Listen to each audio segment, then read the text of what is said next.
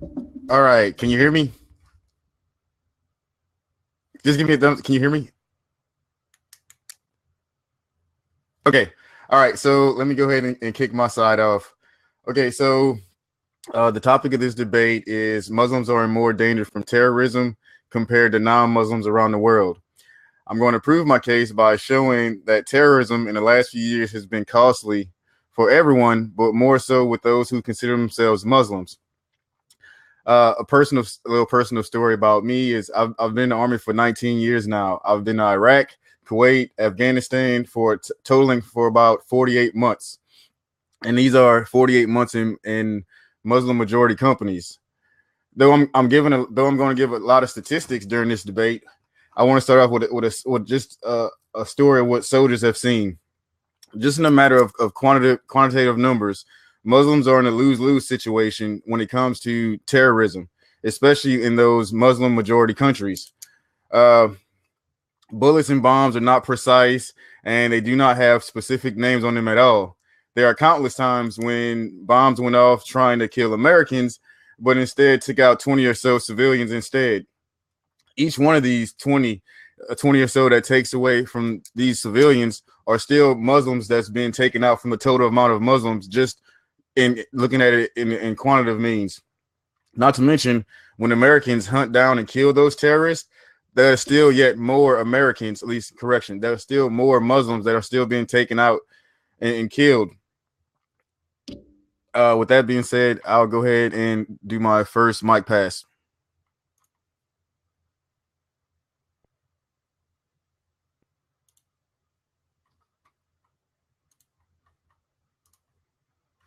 I don't know why it's not passing. I am seriously trying to pass the mic, but I guess I might have to wait for the time just to run out on my side. Hmm.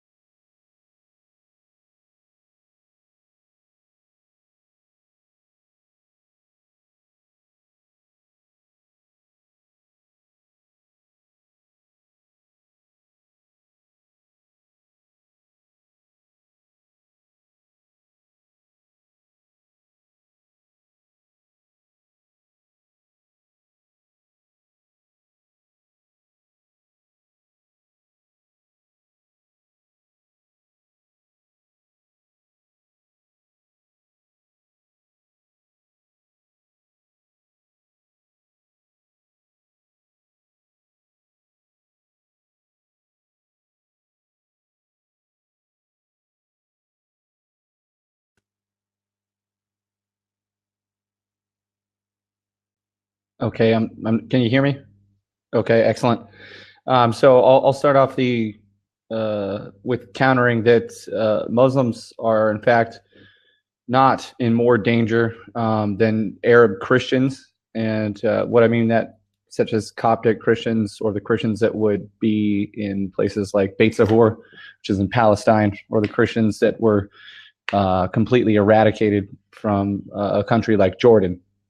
Um, Arabs are indeed, as a whole, far more in danger than most all other nations when it comes, or peoples when it comes to terrorism.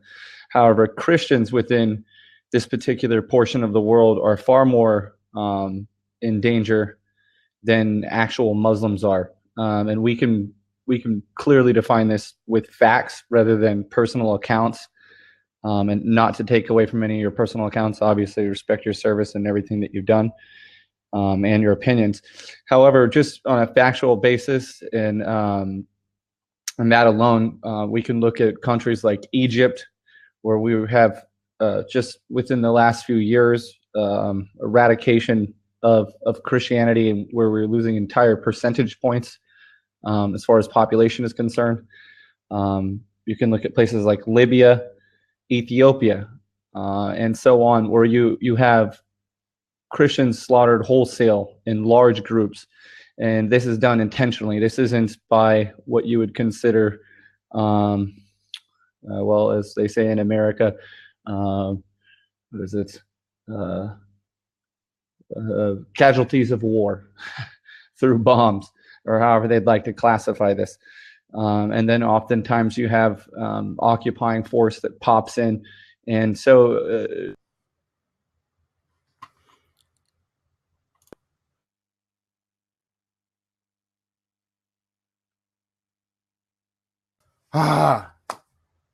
Okay, can you hear me? Okay, so I think you missed about a minute of your time. Just let me know if you like want that minute back. But okay, so uh and going on with what you're saying, and you were bringing up some countries. According to the Global Terrorism Index, in 2015, which was the last time that it was published, in 2015, 5 countries accounted for 78% of all terror-related deaths. And I am starting with deaths. So, terror-related deaths, 5 countries, 78%. Those countries were Afghanistan, which is 99.8% Muslim. There was Iraq, which is 98.9% Muslim. Pakistan, which is 96.4% Muslim. Syria, which is 92.8% Muslim. And the fifth was Nigeria. Now, Nigeria is only 47.9% Muslim, but Boko Haram, which is the most deadly terrorist organization worldwide, operates in the majority of the Muslim region of the country. So though that country is more diverse with only 47.9% Muslim, the area where the most deadly terrorist organization at is in that country and operates in the area where it is the Muslim majority. So yes, there are other sects, other Christians and stuff like that are being persecuted, but it still doesn't debate the numbers in the statistics of those 5 countries. Like I said, 78% of all terror-related deaths, and all those are Muslim majority countries. So with that being said, I'll go ahead and pass it back to you. Hopefully it goes through. Excellent. Okay, and so I would also agree with your numbers there. I'm familiar with the Global Terrorism Index. However, one of the things that the Global Terrorism Index does not indicate is the amount, or at least the Christians that are within those nations as well, and the amount as far as the numbers that have been reduced, even just since 2015.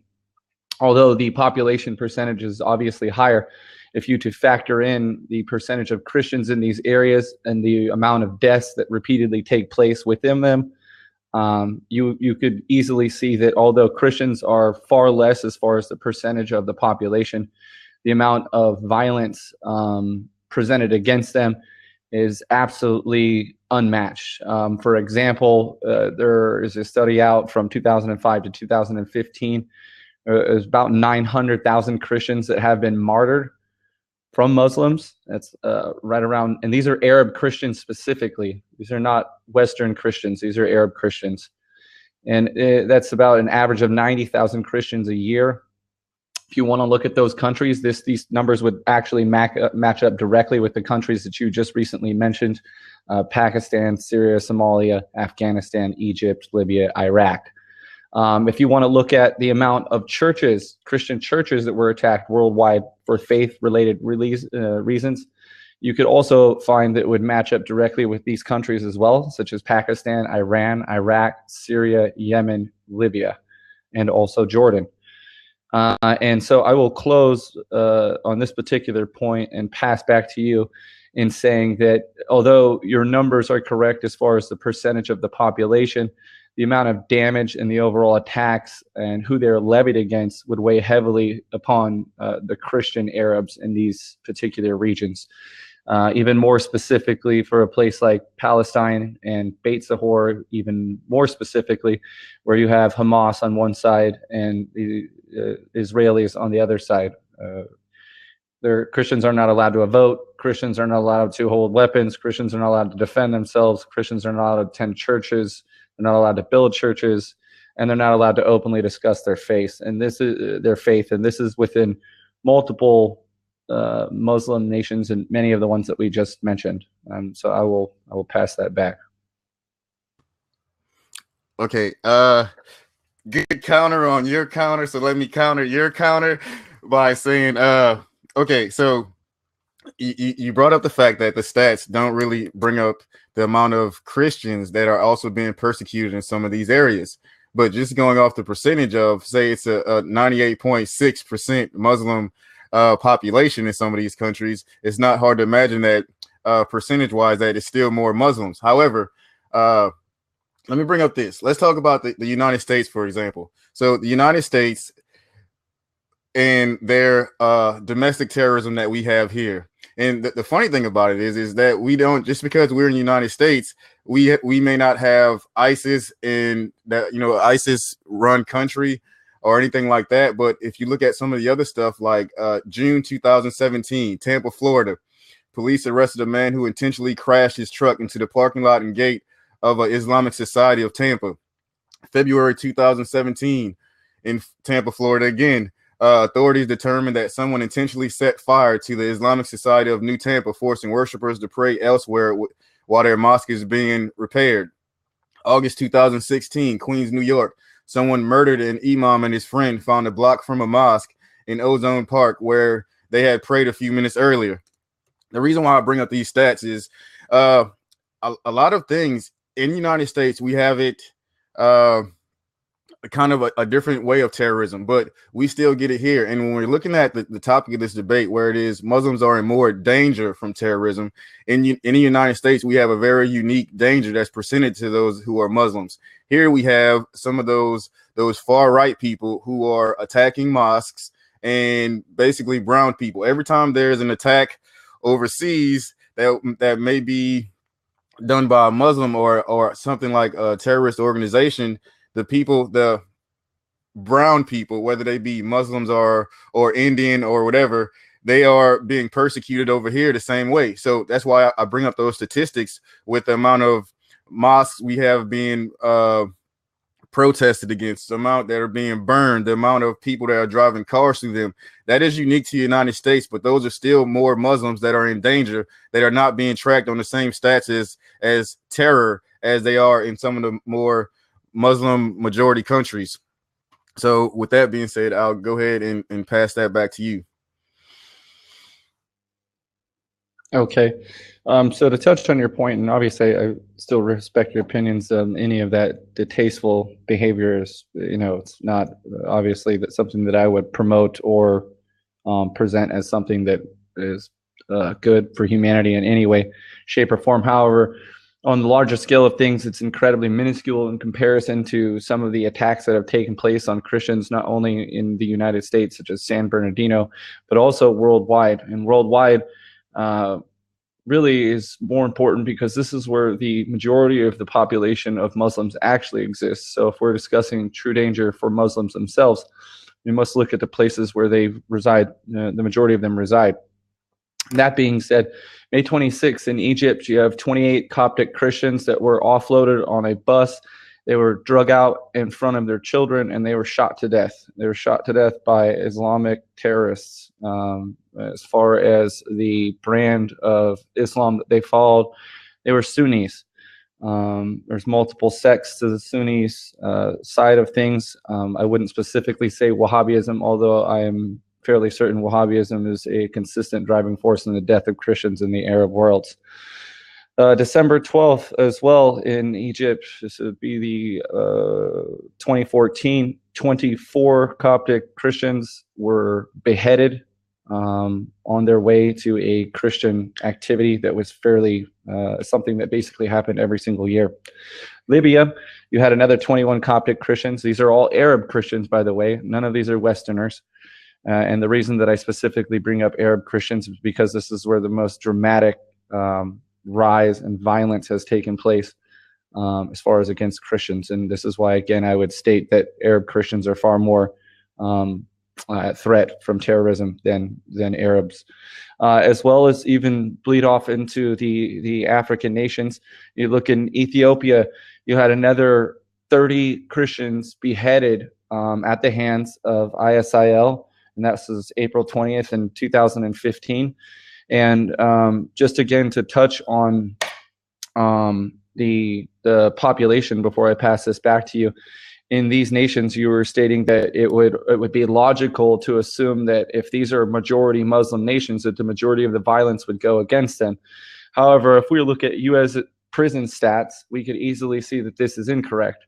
For example, you would look at, for example, African American murder rates in places like Chicago, and it's overwhelmingly against the minority population. Chicago is not majority black, it's a minority black. However, the majority of the violence goes against the black population. So it's not exactly accurate to assume. Okay, I know what you were getting at, and I wish it would have gave you a few more seconds because I was writing my notes on how to come back against the last thing you were saying. Uh, Let me say this. So I was talking about Afghanistan, and Afghanistan being 99.8% Muslim. Okay, so right now we are 8 months into the year of 2017. As it stands right now in Afghanistan, child casualties due to bombs and terrorist activity, whether it be the American side responding or terrorists conducting attacks themselves. In 2017, 8 months into the year, it is at a 9% increase. Right now, they are sitting at 436 child casualties. Children wounded, we're at 436 children casualties, and we're at 1,141 children wounded. Female deaths, are up 23%. They are at 174 that are dead and 462 women that are wounded. This year, just in Kabul, Afghanistan, on the 31st of May, a truck bomb killed 150 people. This is 150 Muslims killed in one day, and that's the numbers. Like if we try to do a per capita and try to do so in Afghanistan, it is 99.8% Muslim. So let's say out of the whole 150 people that were killed in that one day in Afghanistan, let's say I'll be generous and say 50, which is larger than 0.2% of the number. Let's say 0.2%, like 50 people out of the 150 that were killed were of other religions and stuff like that. The overwhelming majority is still Muslims, and that's something you can't dispute. And also, when you're talking about the U.S. prison system, everyone that's American knows that the U.S. prison system is very, very, very, very, very unjust, and has been criticized and ostracized for being more racist than it should be. That our legal system is not blind. However, that the legal system that is more on the thoughts of a man, and crime rates are something completely different. I'm sorry, and terrorist rates are completely different. Like I said, so when you're looking at these countries and you're looking at the amount of deaths, like in your Iraq and in your Afghanistan and your sectarian violence and stuff like that, there's Muslims killing Muslims, there's Americans killing Muslims, there's Muslims trying to kill Americans, but then the Americans come back and kill more Muslims.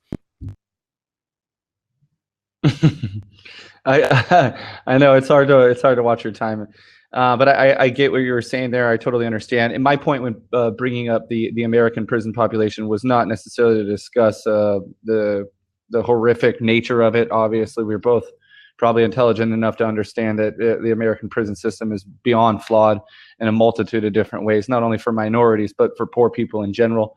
And what I would state on that is, again, I brought that up merely to point out that if you were to look at the percentage of population in relevance to the amount of violence that took place towards a minority group, it's not necessarily an accurate way to measure these things. Now, to touch on the statements that you had as far as the majority of where these attacks and the violence that comes from these outside Western entities, again, I would agree.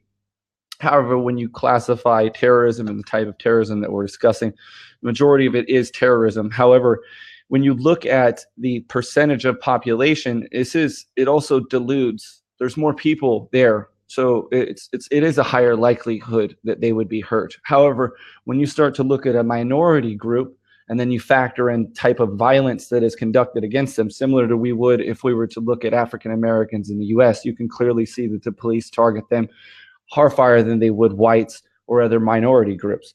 This is the same for Arab Christians.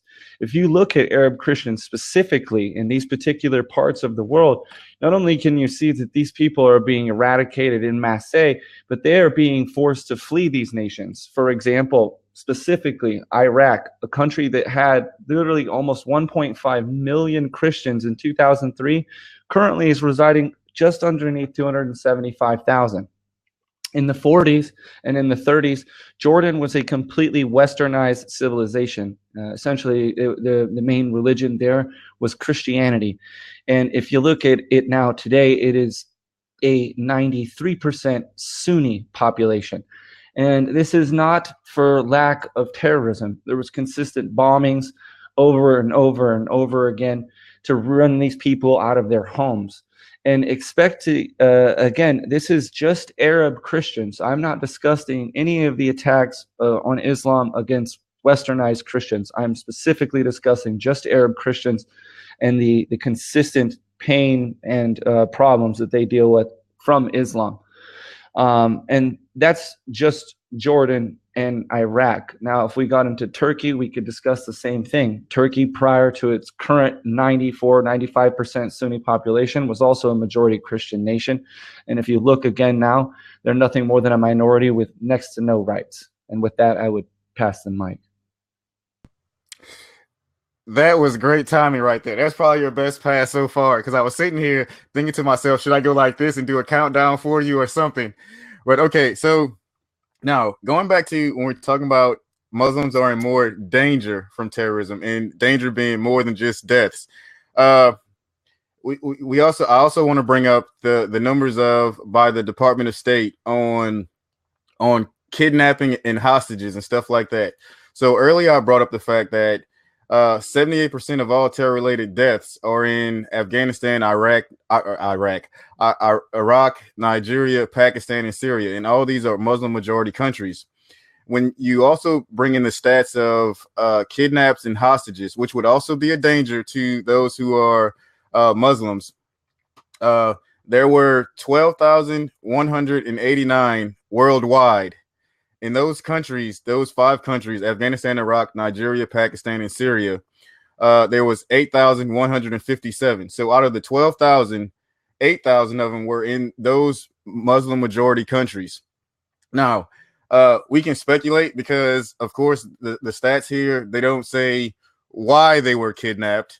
But the fact is that here, okay, I'm gonna try to speculate on this both sides. So I would, if I was just trying to go off what I think, I'd say that a lot of these have to do with ISIS or something like that, trying to scare and intimidate other people. Now, we can say that they are trying to scare and intimidate those who are Sunni if they're Shia, or you can say that these Muslims are trying to do Christians also. But like I said, just the raw numbers, if we apply that 99.8% of the population is Muslim, and so that's 0.2% that are everything else, and these are people being kidnapped, at the very best, you would have to say that it was a 50-50 split on that, and that's at best. But for the most part, when you're looking at these are Muslim majority countries, and majority of the terror-related kidnaps and hostages are also taking place in these Muslim majority countries. So the raw numbers would still have to reflect that these are more Muslims being kidnapped and more Muslims used as hostages, as opposed to Christians also. With that being said, I'll go ahead and pass it back to you. Just to let you know, you have 3 minutes and 18 seconds left. I'm not sure how many times we're going to be able to pass it back and forth. Oh, and with that said, I would say that first and foremost, I don't disagree with the numbers that you're talking about. You're talking about sheer numbers and percentage of the people that are being afflicted by that. But even if we just took a brief look back from now to the 30s, and you looked at the Christian populations in the same nations that you're currently listing, there's absolutely no comparison as far as the amount of people that not only died, were kidnapped or persecuted or even oppressed by Islam itself and different sects within it. And the easiest way to understand that, again, is, for example, the Coptic Christians. These are Arab-based Christians throughout Libya, Egypt, Ethiopia, Syria, Jordan. And Jordan is actually a prime example. If you would look at Jordan in the 30s, this is a 90% Christian nation. They were incredibly westernized, and they decided all the problems that were taking place within Egypt and Iran and surrounding nations, that they would take in many of their Muslim brothers. And within a short period of time, literally under 20 years, the population of Christians there was decreased by almost 50%. And this was by no accident. There were multiple bombings within homes, markets, grocery stores, playgrounds, schools, hospitals, you name it, it's been done. And again, this doesn't mean that I would select one side as being right or wrong. But when you look at the numbers and the numbers that currently remain, and you look at a minority and you look at the amount of the minorities that are destroyed or hurt by terrorism, it's easy to see that even though they're a minority and there's less information about that minority, they're far more damaged and oppressed by these particular types of attacks. One of the most important things for us to look at would be the number of attacks that specifically were levied against religious places of worship. For example, in Iraq alone, there's 600 different churches were bombed between 2014 and 2015. These are all Christian churches, all of them. 600 different churches. And this is just in one particular location. Now, if you go to Egypt, you're talking about even worse. These people aren't, first and foremost, there are very few Christian churches even remaining in Egypt, and most of them go on pilgrimages across one part of the land to the next. And even now on these pilgrimages, they're getting ripped off of buses, mutilated and murdered. And this is done by direct hands, and it's actually... Okay, so with 2 minutes and 21 seconds left, I'll try to move into my closing statements on why I feel the judges or the people should vote for me. So although terrorist attacks took place in 92 countries reported terrorist attacks. They were heavily concentrated geographically. More than 55% of all attacks that took place in 5 countries: Iraq, Afghanistan, Pakistan, India, and Nigeria. And 74% of all deaths due to terrorist attacks took place in 5 countries: Iraq, Afghanistan, Nigeria, Syria, and Pakistan. Now, these countries are heavily Muslim majority countries. And I also already brought up the fact that there was a rise in civilian deaths, as in child casualties, children wounded, female deaths, and women wounded. Now, the reason why I bring these up, and I feel these are important, because these are times where like just bombs are being dropped and you're looking at just stray bullets and stuff like that going through. If you just look at that, a bomb is not necessarily going to be specific to a certain place. It is in the population, in the populace. So if these countries are majority of 99.8% of the people are Muslim, if I just drop a bomb in the middle of Times Square or something like that, it is going to kill more Muslims.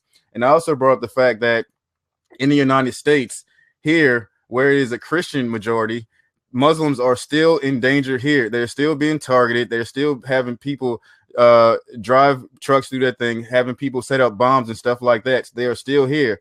So Muslims here, Christians aren't being, I'm not going to go there. I'll just say that percentage wise, population wise, raw numbers wise, in every kind of measurable way, Muslims are under more attack in more places than the Christians. So I brought up the United States. I brought up the amount of civilian casualties and civilian wounded. I brought up the kidnapped and hostages that were still in those Muslim majority countries. So with that being said, 92 countries, 74% of all terrorists, 55% of all attacks took place in 5 countries, which are Muslim majority countries. So I believe I won. I love this self-promotion. With that said, I got about 12 seconds. What I would say in defense of my particular argument is, again, it's not necessarily the percentage of the population that would matter in this. It would be the percentage